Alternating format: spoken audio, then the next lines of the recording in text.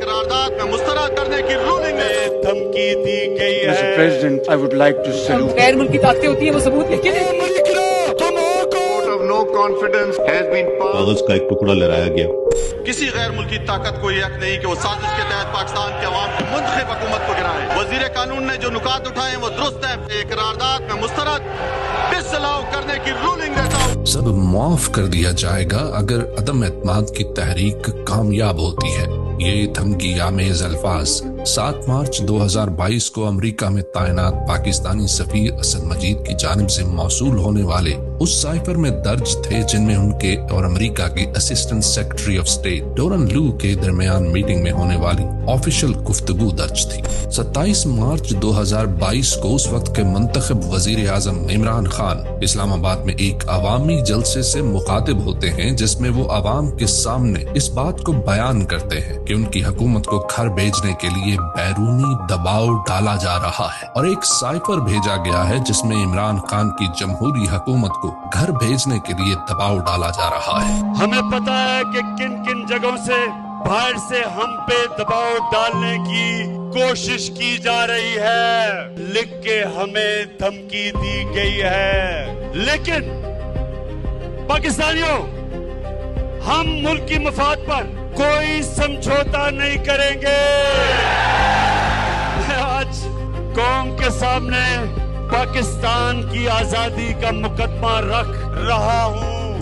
یہ سائفر جسے انتہائی بے شرمی اور ملکی حمیت کا سودا کر کے نون لیگ اور پیپلز پارٹی سمیت اسٹیبلشمنٹ جھٹلاتی رہی. یہ بھی جعلی چھوٹا لیٹر ہے. آپ کہتے ہیں 7 تاریخ کو آیا. 3 ہفتے آپ نے کہاں گزار دیے؟ کیوں چپ رہے آپ؟ پہلے کہا کہ امریکہ اور اس کے بعد کہا نہیں وہ تو میں امریکہ کے بعد نہیں کرا. تو کیا کرتا پرچی جیب سے نکالی خالی پیپر یہ ثبوت ہے.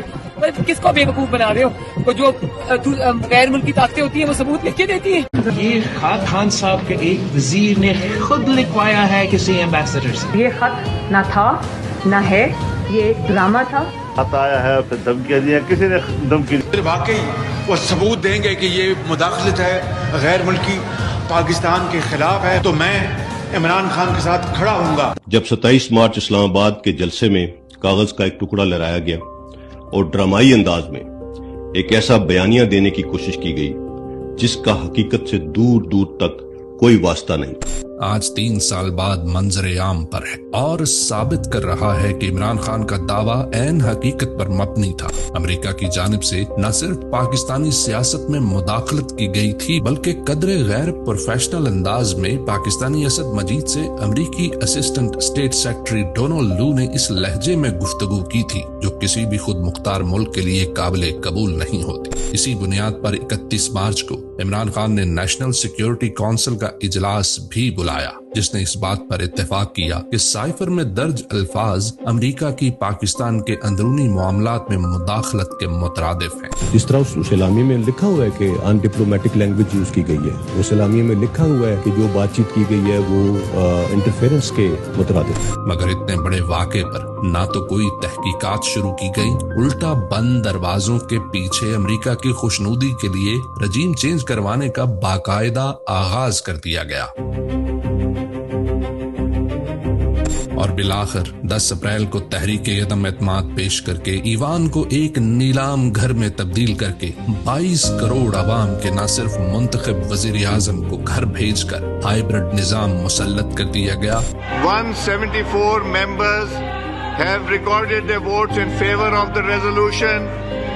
Consequently, the resolution for vote of no confidence against Mr. Imran Khan, the Prime Minister of Islamic Republic of Pakistan, has been passed by a majority of the total membership of the National Assembly. بلکہ سینکڑوں جھوٹے مقدمات درج کر کے پاکستانی عوام کے حقیقی نمائندے کو پابند سلاسل بھی کر دیا گیا اور اس کی جماعت کو کچلنے کے لیے ہر گھناؤنا ہتھ کنڈا استعمال کیا گیا.